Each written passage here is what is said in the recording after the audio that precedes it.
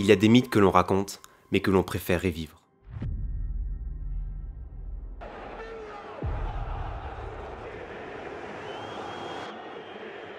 Le football est une affaire de rivalité, il transcende, il divise, il offre bataille que l'homme ne vit plus sur le champ, mais dans la tribune.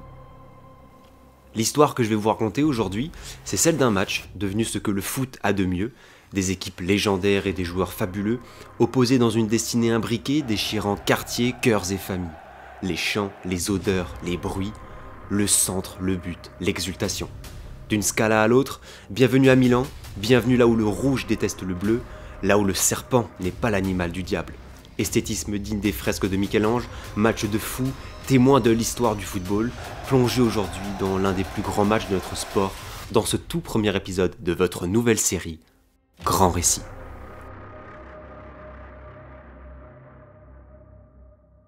Salut les amis, j'espère que tout le monde va bien. Bienvenue pour le lancement de la série Grand Récit. Ça fait quelques semaines et quelques jours que j'avais teasé sa sortie.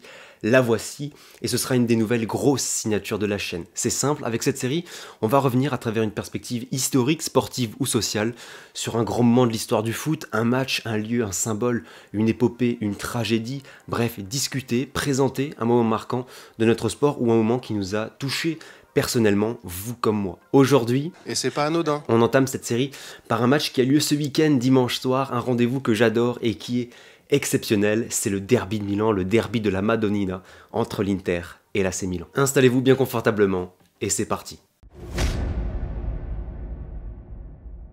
Pour comprendre d'où vient la rivalité entre les deux géants milanais, il convient de revenir au début. Mais je vous rassure, je serai assez bref et rapide car je suis sûr que beaucoup d'entre vous ont déjà lu ou entendu cette histoire.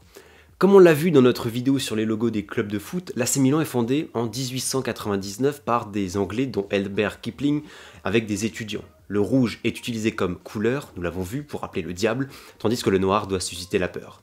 Milan devient petit à petit un grand club en Italie et remporte ses premiers scudetti en 1901, 1906 et 1907. Toutefois, en 1908, une décision de la fédération italienne va tout changer. Le recrutement des joueurs étrangers devient interdit. Et là, c'est le début de tout. En réaction à cette mesure jugée folle, acceptée par l'AC Milan, un groupe d'Anglais, d'Italiens et de Suisses fait sécession de l'AC Milan et va fonder l'Internazionale Milan, l'international si on traduit, sous la bannière notable et reprise encore aujourd'hui, We are brother of the world, nous sommes des frères du monde. L'Inter Milan est né. Si le noir est gardé, le rouge est remplacé par le bleu.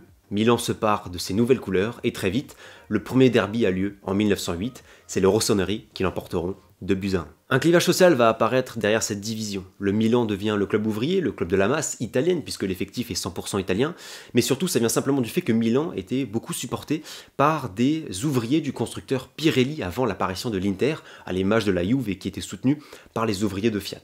A l'inverse, l'Inter, étant un club international, attire vite la haute société, et c'est logique, surtout au début du XXe siècle, où les gens qui voyagent ou qui circulent entre les capitales européennes sont des gens aisés. L'Inter capte très vite cette haute bourgeoisie dans sa tifoseria. Il y a donc un clivage social qui s'est amarré à la division historique des clubs. Bien évidemment, aujourd'hui, il n'y a plus vraiment ce marqueur social, notamment depuis la période Berlusconi à Milan, mais c'est quand même quelque chose qui est resté dans la Fossa dei Leoni, la fosse aux lions, le groupe ultra historique milanais qui s'est dissous en 2005. Milan, c'est le cœur financier et économique de l'Italie. C'est une ville riche, une ville attractive, connectée au reste du monde, une aire urbaine immense et la place boursière du pays. C'est un lieu culturel connu avec son magnifique Duomo et sa petite statue dorée, la Madonnina, d'où vient le nom du derby. C'est aussi la Scala ou ses musées d'art. Milan, c'est aussi la capitale du luxe italien, de la mode et du rap italien avec des artistes comme Sfera Ebbasta, Shiva ou Rally pour les plus connaisseurs. Bref, Milan, c'est une ville effervescente. Et au cœur de cette richesse et de ce tourbillon, vous avez un stade, une antre de football devenu lieu d'histoire, devenu musée de notre sport. Le Stadio San Siro, alors San Siro c'est pour les Milanais qui reprennent le nom du quartier, le stade Giuseppe Meazza pour les interistes en référence à la légende du foot italien Meazza qui a fait une grande partie de sa carrière à l'Inter. Cette rivalité est sublimée par ceux qui la font, par les tifosi. Et ce qui est exceptionnel, c'est le spectacle qui nous est offert en tribune. D'un côté la Curva Sud de Milan fondée en 1968 avec la fosse aux lions, de l'autre en réponse à la Curva Nord des Nerazzurri formée en 1969 avec les Boysan.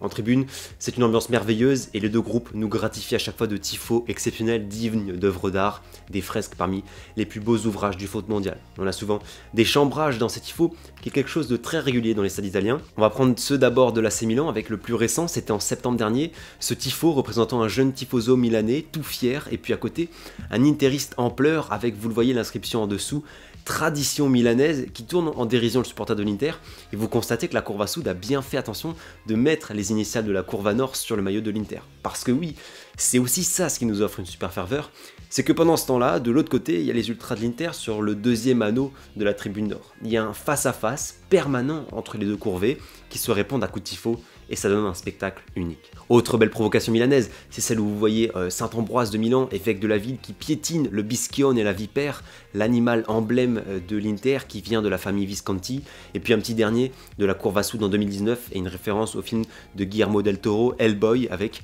ce démon écrasant des crânes nerazzurri. On voit également des pierres tombales en noir et l'inscription italienne Mandiamoli all'inferno, envoyons-les en enfer. De l'autre côté, côté Curva Nord, de belles références également, très souvent avec le bischione et le serpent qui est l'animal emblème du club. D'abord celui-là très connu, le représentant avec l'inscription « Le symbole des Milanais ». Celui-là où vous voyez le serpent avec la date de fondation de l'Inter avaler un homme, c'est une représentation connue à Milan, mais vous voyez ici que l'homme c'est un Milanais, c'est un Rossonero. Et puis ce dernier où vous avez Saint-Ambroise, mais cette fois du côté de l'Inter, sur son cheval avec la phrase latine « Le serpent ne viole pas la morale », tandis que vous avez le diable milanais rampant au sol. Là, je vous ai présenté des tifos un peu piquants, mais il y a aussi d'autres tifos très beaux, comme celui-là en l'honneur du personnel médical réalisé par la Curva Sud durant l'épidémie de Covid. Celui-là également de l'Inter que je trouve absolument magnifique. Tite dominette Milan, tu domines Milan, avec la Madonnine en représentation, comme si justement ce phare au-dessus du Duomo était Nerazzurro. Et puis, je vous ai présenté pour le moment que des tifos faits par la Curva dont l'équipe reçoit. Or, le secteur visiteur nous offre aussi de magnifiques tifos, à l'image de celui en septembre 2022 de l'Inter, Io che amo solo te, moi qui n'aime que toi, un tifo avec les téléphones des tifosi de Milan, facile à comprendre, pas besoin d'avoir fait une LV1 italien, un autre de l'Inter, Seul je ne te laisserai jamais, et puis un dernier de la Curva Sud quand elle est en déplacement entre guillemets, avec ses deux mains rouges qui arrachent, qui coupent en deux le serpent interiste. Vous voyez toute cette incroyable ferveur, ces couleurs qui divisent la ville, qui colorent le stade et Milan. La bataille des tribunes prend tout son sens ici, avec cette compétition entre des groupes ultras qui revendiquent le fameux chant « Milano siamo noi, Milan c'est nous ». Il y a une pression folle parce que le travail est colossal, les détails sont précis, soignés. Il faut tout bien réussir durant la représentation parce que s'il y a des ratés, c'est une honte aux yeux des tifosi, des caméras et surtout du rival. Cette rivalité et ces histoires attisent bien sûr la haine entre les deux camps, mais pas la violence. Et oui, c'est une particularité du derby milanais, mais qui en fait aussi son authenticité. Dans les années 70-80, la violence atteint son paroxysme entre les deux camps. Les groupes ultras se déchirent, s'affrontent, parfois à coups d'armes à feu, parfois au sein de San Siro. En 1983, les groupes ultras des deux camps prennent conscience de cette ligne rouge, un pacte de non-belligérance et de non-agression est signé et tient toujours entre les deux clubs. Le pacte fête ses 40 ans cette année. L'esprit de sfoto, comme on dit en italien, de chambrage et de piqûre, l'emporte petit à petit sur l'envie de taper sur l'ennemi. Alors bien sûr ce pacte n'interdit pas les chants hostiles et les insultes, mais il offre une atmosphère plus passionnée à mes yeux. Et c'est aussi la beauté de ce derby, la rivalité va donc se matérialiser davantage sur celui qui fera le meilleur travail, le plus de bruit, d'où le rôle essentiel de ces chorégraphies gigantesques et de leurs symboles. Elle est là, la bataille entre les ultras. Dimanche soir, c'est l'Inter qui reçoit et j'ai hâte de voir ce que les deux camps nous prévoient en tribune. Bien évidemment, les supporters font la rivalité, et plus vous avez des supporters bouillants, plus l'ambiance nous séduit. Mais ce derby est ce qu'il est parce qu'il met aux prises deux clubs qui sont deux des trois clubs les plus populaires d'Italie, et qui comptent parmi les plus grands clubs du monde, à l'histoire et au palmarès incroyable. Dans une des vidéos sur les derbys espagnols, je disais que de nombreuses villes avaient coloré le foot européen et mondial, Glasgow, Madrid, Barcelone, Amsterdam, Liverpool, Manchester, Munich. Mais quelle autre ville que Milan peut se vanter d'avoir tant fait le football? C'est une capitale du foot européen. D'un côté, il y a Milan qui a remporté 19 Scudetti, c'est le champion en titre, qui a gagné 5 Coupes d'Italie, mais surtout 7 Ligues des Champions, deuxième club le plus titré de l'histoire de la compétition. De l'autre, l'Inter qui est au coude à coude avec 19 championnats d'Italie aussi, plus de Coupes d'Italie, 8, 3 Ligues Europa, mais moins de Ligue des Champions, avec 3 succès. Le dernier en date, c'est en 2010 et c'est le dernier club italien à avoir remporté la C1. L'AC Milan, c'est le premier club de la botte à avoir gagné la C1. L'Inter, c'est le premier et seul club à avoir gagné le triplé en Italie, championnat, coupe, Ligue des Champions, et c'était sous José Mourinho. Au niveau des affrontements, il y a eu, tenez-vous bien, 235 derbys, c'est énorme, et c'est assez équilibré puisque l'Inter en a remporté 85, Milan 78 pour 69 matchs nuls. Ce derby a connu des grandes heures de gloire, des moments légendaires, bien sûr dans les années 60 où vous avez une rivalité qui prend une dimension folle puisque l'Inter de cette période, connu pour le catenaccio d'Herrera et la présidence de Moratti, devient le meilleur club du monde. L'Inter remporte 4 Coupes d'Europe, dont 2 Ligues des Champions de suite et 5 Serie A. Milan, plus en difficulté dans les années 50, reste quand même au coude à coude avec son rival.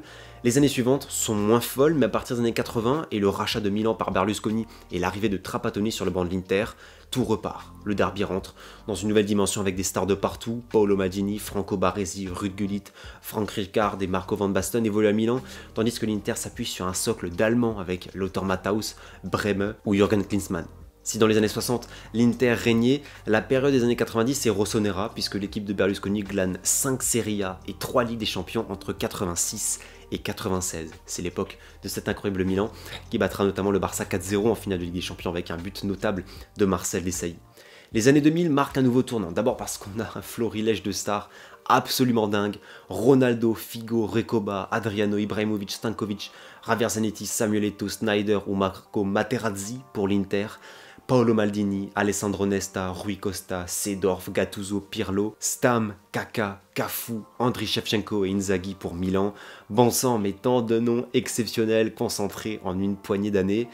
Et ensuite, parce que cette ribambelle de stars a pu s'affronter en Ligue des Champions pour la première fois de l'histoire dans les années 2000, par 2 fois.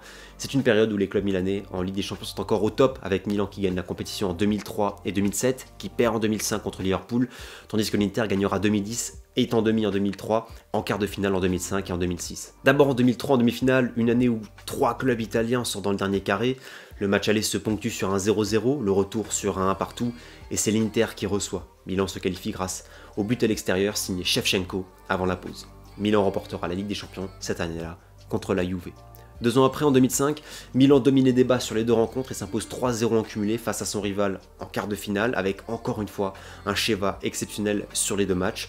La rencontre retour est marquée par un lancer de fumigène de la Curva Nord et des Boys San sur la pelouse qui touche notamment Dida, le gardien milanais, et qui nous offrira une image devenue mythique entre Materazzi et Rui Costa.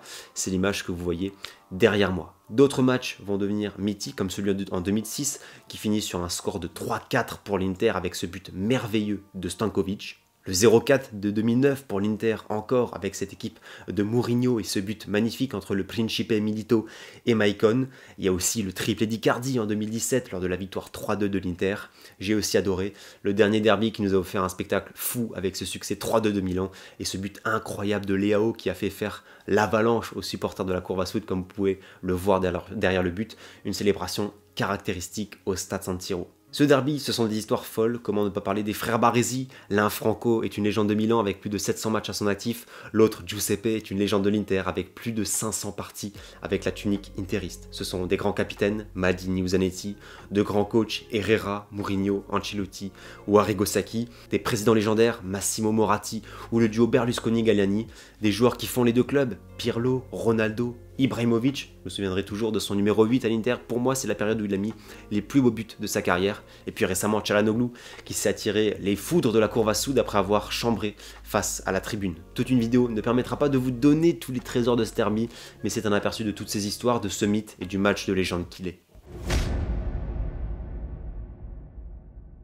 Ce derby est un héritage de notre football et très clairement, le match que j'ai le plus envie d'aller voir, pourquoi pas de le vlogger sur la chaîne un jour.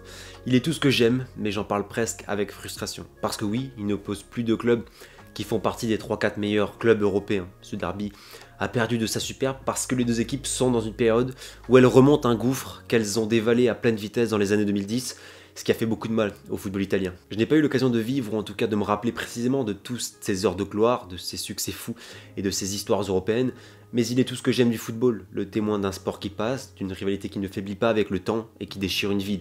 Il est plein de symboles, plein de références, faites par les ultras, à l'art, la culture, leur ville, leurs histoires, leurs monuments, tout ça dans un stade merveilleux qui a marqué le football, mais surtout ce match, la Scala du foot. Le savoir détruit, dans quelques années, rajoutera encore beaucoup d'amertume. Le derby de la Madonnina ne doit pas devenir le derby du passé, le derby d'un football idéalisé. Il faut qu'il reste une référence du moment présent et qu'il soit aussi le derby de demain. Voilà les amis pour cette vidéo, pour ce premier épisode de notre toute nouvelle série Grand Récit. J'espère vraiment qu'il vous a plu, c'est un travail colossal pour le soutien. N'hésitez pas à liker la vidéo, à exploser la barre des likes vraiment, et à vous abonner et activer la cloche si vous découvrez mon contenu, ça fait super plaisir. Merci vraiment à toutes les personnes qui le feront, c'est un soutien très important. Qu'est-ce que vous retenez de ce derby? Qu'est-ce qui vous évoque et vos meilleurs souvenirs? Partagez-moi ça en commentaire, je vous lirai avec plaisir. Et puis vos pronos aussi pour le derby de dimanche soir entre l'Inter et le Milan. Dites-moi aussi quel sujet vous voulez voir dans le prochain Grand Récit maintenant que vous avez peut-être compris le principe de cette série. C'est tout pour moi, bon week-end à toutes et à tous les amis, prenez soin de vous et profitez des vôtres. Ciao!